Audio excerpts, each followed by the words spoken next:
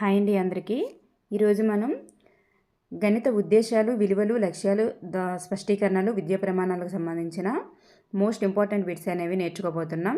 ఇది maths మెథడ్లోని second chapter అనమాట. ఇక్కడ మనం ఫస్ట్ బిట్ని చూసుకున్నట్లయితే దత్తాంశాలలో గల సన్నిహిత సంబంధాలను గుర్తించుట అనునది ఏమవుతుందండి? అవగాహన. పరికల్పనలు ఊహించడం అనేది ఏ లక్ష్యానికి చెందిన స్పష్టీకరణ? పరికల్పనలు ఊహించడం, ఊహ అనేది మనం ఆల్రెడీ చెప్పుకున్నాం. ఊహించడం, సృజనాత్మకత, ప్రాగుక్తీకరణ, అనుమతి ఇవన్నీ కూడా వినియోగం అవుతాయి. నెక్స్ట్ వన్, ఇచ్చిన కొలతలను బట్టి పటాలను, రేఖాచిత్రాలను గీయుట అనినది. కొలతలను బట్టి గీయడం అనేది నైపుణ్యం అండి. నెక్స్ట్ వన్, క్రింది వానిలో అవగాహన స్పష్టీకరణ కానిది ఏది? అవగాహనది కానిది ఏదంటే గుర్తించడం అనేది జ్ఞానం కాబట్టి. నెక్స్ట్, అన్వయము అనేటటువంటి లక్ష్యము ఏ రంగానికి చెందినది? అన్వయము అనేటటువంటి లక్ష్యము జ్ఞాన రంగానికి చెందినది. నెక్స్ట్ వన్, చేతులకు సంబంధించిన విద్యారంగం ఏది? చేతులకు సంబంధించిన విద్యారంగం మానసిక చలనాత్మక రంగం. Next one, a+b whole square equals to a² + 2ab + b² అనగా రెండు రాసుల మొత్తం మీద వర్గము ఆ రాసుల విడివిడి వర్గాల మొత్తానికి వాటి లబ్ధం యొక్క రెట్టింపు కలపగా వచ్చేదానికి సమానం అనున్నది ఈ క్రింది లక్ష్య స్పష్టీకరణము. చూడండి, అవగాహన. Next one, చతురస్ర వైశాల్యము 4x² + 4xy + y² అయితే ఆ చతురస్రం చుట్టుకొలత రాసులలో తెలపండి అని విద్యార్థులను ప్రశ్నిస్తే అది ఈ లక్ష్యానికి చెందిన స్పష్టీకరణం అవుతుంది. ఇదండి అనుప్రయుక్తము. నెక్స్ట్, ఉద్దేశాలకు సంబంధించిన అంశాలు ఏమిటి? ఉద్దేశాలకు సంబంధించిన అంశాలు పైవన్నీ. చక్రవడ్డీ ప్రకారం మొత్తమునకు సూత్రం అనే బహుళార్చిక ప్రశ్న ఏ లక్ష్యానికి చెందుతుంది? జ్ఞానము. నెక్స్ట్ వన్, ఫలితాలను సరిచూడటం అనే స్పష్టీకరణ ఏ లక్ష్యానికి చెందినది? అవగాహన. నీ దగ్గర 12, నీ తమ్ముని దగ్గర 7 పుస్తకాలు ఉన్నవి. మొత్తం ఎన్ని పుస్తకాలు ఉన్నవి? ఈ ప్రశ్న ఏ లక్ష్యానికి చెందినది? నైపుణ్యము. చూడండి, ఇక్కడ ఆప్షన్ను బట్టి ఆలోచించాలన్నమాట. అక్కడ జ్ఞానం కాదు, సామర్థ్యం కాదు, అభిరుచి కాదు కాబట్టి నైపుణ్యం. అంటే అది ఖచ్చితంగా చేయడం అనే అర్థంలో వస్తుంది కాబట్టి. ఒక విద్యార్థి ప్రతి ఉపకరణాన్ని వీలైనన్ని విధాలుగా ఉపయోగించుట. ఉపకరణాన్ని ఎన్నుకోవడం, వీలైనన్ని విధాలుగా వాటిని ఉపయోగించడం రెండూ కూడా నైపుణ్యమే అవుతాయి. నెక్స్ట్ వన్, ఒక విద్యార్థి చతురస్ర బొమ్మ గీయడానికి తగిన పరికరాన్ని ఎన్నుకోవడం కూడా నైపుణ్యమే. గణిత పరికరాల తయారీలో గణిత సూత్రాల వినియోగం గణిత బోధనలోని ఏ విలువను తెలియజేస్తుంది? చూడండి, పరికరాలను తయారు చేసేటప్పుడు గణిత సూత్రాలను వినియోగించుకోవడం. ఇది గణిత బోధనలో ఏ విలువను తెలియజేస్తుందండి? ప్రయోజన విలువ. ఈ క్రింది వానిలో మున్నిక్ వర్గీకరణలోని విద్యా విలువ ఏ విలువ అండి? సిద్ధపరిచే విలువ. విద్యా విలువల్లో గణితము ప్రయోజన విలువ ఒక చింతనా సరళిగా గణితం ఇతర విధాలుగా వర్గీకరించిన వారు ఎవరు? చూడండి, విద్యా విలువల్లో గణితం అనేది ప్రయోజన విలువ ఒక చింతనా సరళి అని వచ్చిందంటే అది యంగ్. గణిత శాస్త్ర బోధనా విలువ వర్గీకరణలో బ్రెస్లిచ్కి చెందినటువంటి అంశం ఏది? బ్రెస్లిచ్కి చెందిన అంశం నైపుణ్య విలువ. శిల్పకళలు, చిత్రలేఖనం మొదలగు లలిత కళల అభివృద్ధి గణిత బోధనలోని ఈ విలువను తెలియజేస్తాయి. ఏ విలువను తెలియజేస్తాయండి? సాంస్కృతిక విలువ. నెక్స్ట్ వన్, ఏదైనా ఒక విషయంలోని సమస్యను మరొక విషయం సహాయంతో పరిష్కరించడమే సహసంబంధం అని చెప్పినది ఎవరండి? బ్రాడ్ఫోర్డ్. ప్రతి వ్యక్తి తాను ఏ పరిస్థితిలో ఉన్నప్పటికీ ప్రత్యక్షంగా కానీ పరోక్షంగా కానీ గణిత జ్ఞానాన్ని ఉపయోగిస్తున్నాడు. ఇది ఏంటండి? దేనికి చెందుతుందండి? ప్రయోజన విలువ. నెక్స్ట్ వన్, అభినందనలు ఒక శాస్త్ర విలువగా వర్గీకరించింది ఎవరు? బ్రెస్లిచ్. ఎచట లయగలదు అచట సంఖ్య కలదు అని చెప్పినది ఎవరు?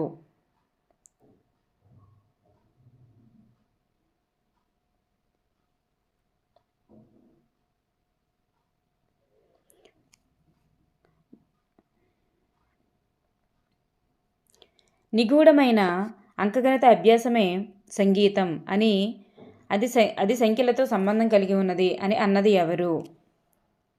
లైబ్నిజ్. గణితానికి సంబంధించి సహసంబంధాలు ఎన్ని రకాలు? అంతర్గత సహసంబంధం, బాహ్య సహసంబంధం. రకరకాల గణితాంశాలను పరిశీలించి వాటి వ్యత్యాసాలను, సంబంధాలను విశ్లేషించి ఒక విషయ నిర్ధారణ లేదా సాధారణీకరణం చేయడాన్ని ఏమంటారు? ఆగమన హేతువాదం. యంగ్ వర్గీకరణ ప్రకారం విద్యా విలువలు కానిది ఏది? దృక్పథాలు. గణిత బోధన ద్వారా విద్యార్థుల్లో తెలియజేయవలసిన విద్యా విలువలు ఏమిటి? పైవన్నీ.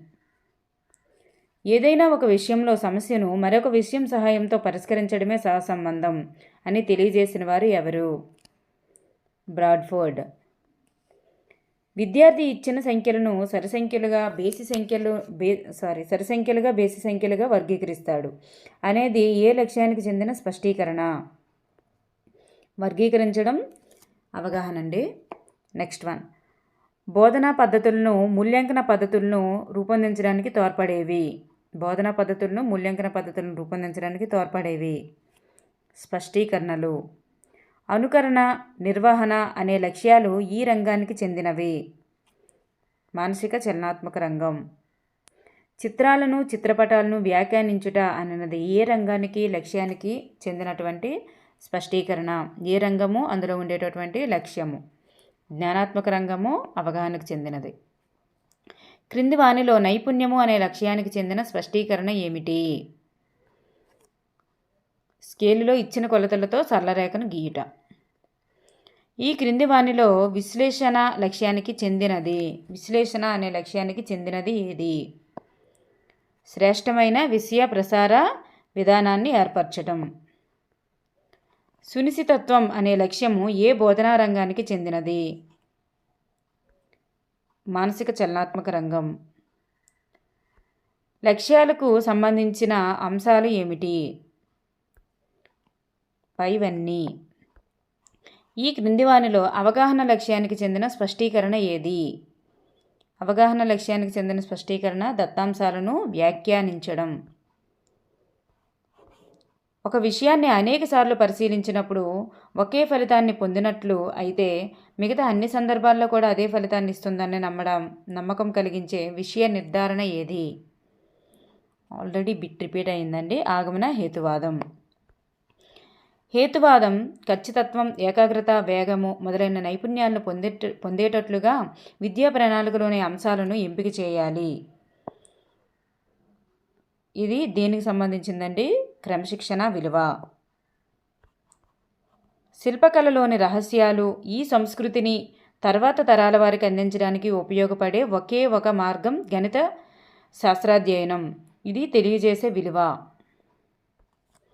చూడండి, శిల్పకళలు అవన్నీ అన్నారంటే అది సాంస్కృతిక విలువ. క్రింది వానిలో బ్రెస్లిట్స్ వర్గీకరణ కానిది ఏది? సిద్ధపరిచే విలువ. హేతువాదం ద్వారా గణిత విద్యార్థులలో ఏ విలువను పెంపొందించవచ్చు? క్రమశిక్షణ విలువ. పునరుక్తి, విరుద్ధత లేకుండా వివిధ సబ్జెక్టులను దేనితో ఒకటి సమన్వయపరిచి చెప్పుతూ జ్ఞానాన్ని ఏకత్వంగా వివరించడాన్ని ఏమంటారు? చూడండి, పునరుక్తి, విరుద్ధత లేకుండా వివిధ సబ్జెక్టులను ఒకదానితో ఒకటి సమన్వయపరిచి చెప్తూ జ్ఞానాన్ని ఏకత్వంగా వివరించడాన్ని ఏమంటారు?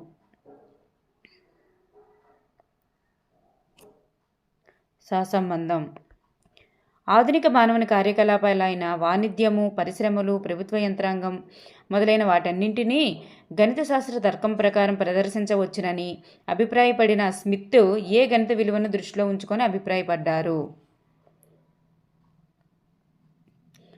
సాంస్కృతిక విలువ. విద్యాబోధన యొక్క ముఖ్య ఉద్దేశం ఏమిటి? విద్యాబోధన యొక్క ముఖ్య ఉద్దేశం మానసిక అభివృద్ధిని పెంపొందించడం, మూర్తత్వాన్ని కలుగజేయడం. భూమి మీద అక్షాంశ రేఖాంశాలు, భూమధ్య రేఖ, భూభ్రమణము, భూపరిభ్రమణము మొదలైన అంశాలు ఏ ఏ శాస్త్రాల మధ్య సహసంబంధాన్ని తెలుపుతాయి? గణితము మరియు సాంఘిక శాస్త్రము.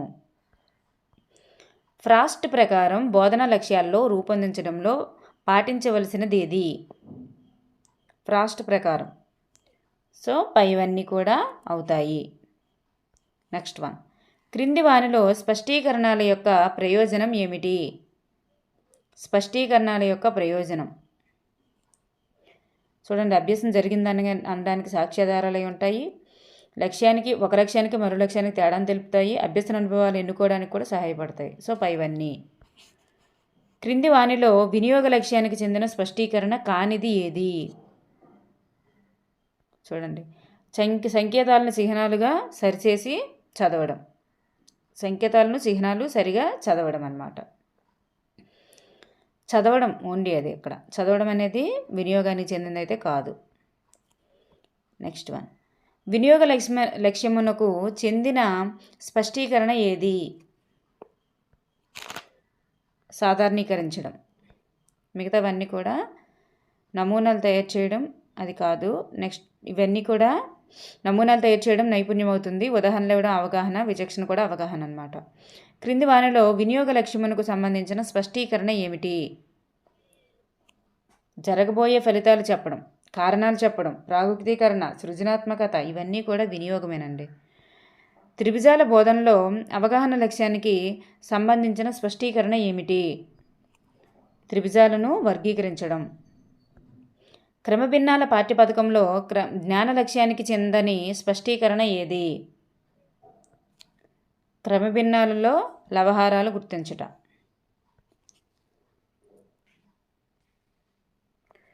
సామాన్య సమీకరణాల సాధన పాఠ్యపథకంలో జ్ఞాన లక్ష్యానికి చెందిన స్పష్టీకరణ. ఆన్సర్ ఫస్ట్ వన్, అవ్యక్త రాశి సామాన్య సమీకరణాలను గుర్తిస్తాడనమాట. నెక్స్ట్ బిట్, మానసిక చలనాత్మక రంగంలోని లక్ష్యాల యొక్క క్రమం ఎలా ఉంటుంది? మానసిక చలనాత్మక రంగంలో లక్ష్యాల క్రమం. ఫస్ట్ ఆన్సర్ అనుకరణ, నిర్వహణ, సునిశ్చితత్వం, సమన్వయం, స్వాభావీకరణం. నెక్స్ట్ వన్, క్రింది వానిలో నిర్వహణ నైపుణ్యం లక్ష్యానికి చెందిన స్పష్టీకరణ ఏది? నిర్వహణ నైపుణ్యానికి చెందిన స్పష్టీకరణ ఏది? ప్రయోగాలను తగిన వేగంతో చేయడం. క్రింది వానిలో అవగాహన యొక్క లక్ష్య స్పష్టీకరణ కానిది? ఫలితాలని తెలపడం. నెక్స్ట్ వన్, స్పష్టీకరణల ఫలితాలను తెలపడం అనేది వినియోగం కాబట్టి. స్పష్టీకరణల లక్షణం కానిది ఏది? స్పష్టీకరణల లక్షణం కానిది ఏదండి? సాధించడానికి ఎక్కువ సమయం పట్టును అనేది మాత్రం కాదు. అది సాధించగలిగేవిగా ఉంటేనే స్పష్టీకరణలు అంటాం కాబట్టి. క్రింది వానిలో నైపుణ్యానికి సంబంధించిన స్పష్టీకరణ ఏది? గణిత పటాలు, చిత్రాలు గీయుట. గణితంలో ఈ క్రింది లక్షణాలు అభివృద్ధి చెందుతాయి. గణితంలో ఈ క్రింది లక్షణాలు అభివృద్ధి చెందుతాయి. పైవన్నీయు. యంగ్ వర్గీకరణ ప్రకారం విద్యా విలువ కానిదేది? గణిత సామాజిక విలువ. విశాల దృక్పథంతో ఆలోచించే ప్రతి విద్యార్థి పాఠశాలలకు హాజరవడానికి గల కారణం కాని విద్యా విలువ ఏమిటి? చూడండి, విశాల దృక్పథంతో ఆలోచించే ప్రతి విద్యార్థి పాఠశాలలకు హాజరవడానికి కారణం కాని విద్యా విలువ.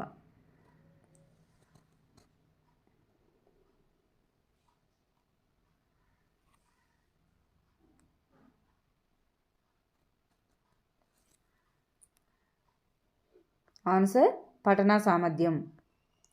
ప్రాథమిక స్థాయిలో సాధించవలసినటువంటి అంతిమ లక్ష్యాలు ఏమిటి? ఆన్సర్ పైవన్నీయు. క్రింది వానిలో ప్రాథమిక స్థాయిలో సాధించవలసిన సామర్థ్యాలు కానివేవంటే పైవన్నీయు. ప్రాథమిక స్థాయిలో సాధించవలసినటువంటి గణిత సామర్థ్యాలు ఏమిటి? పైవన్నీయు.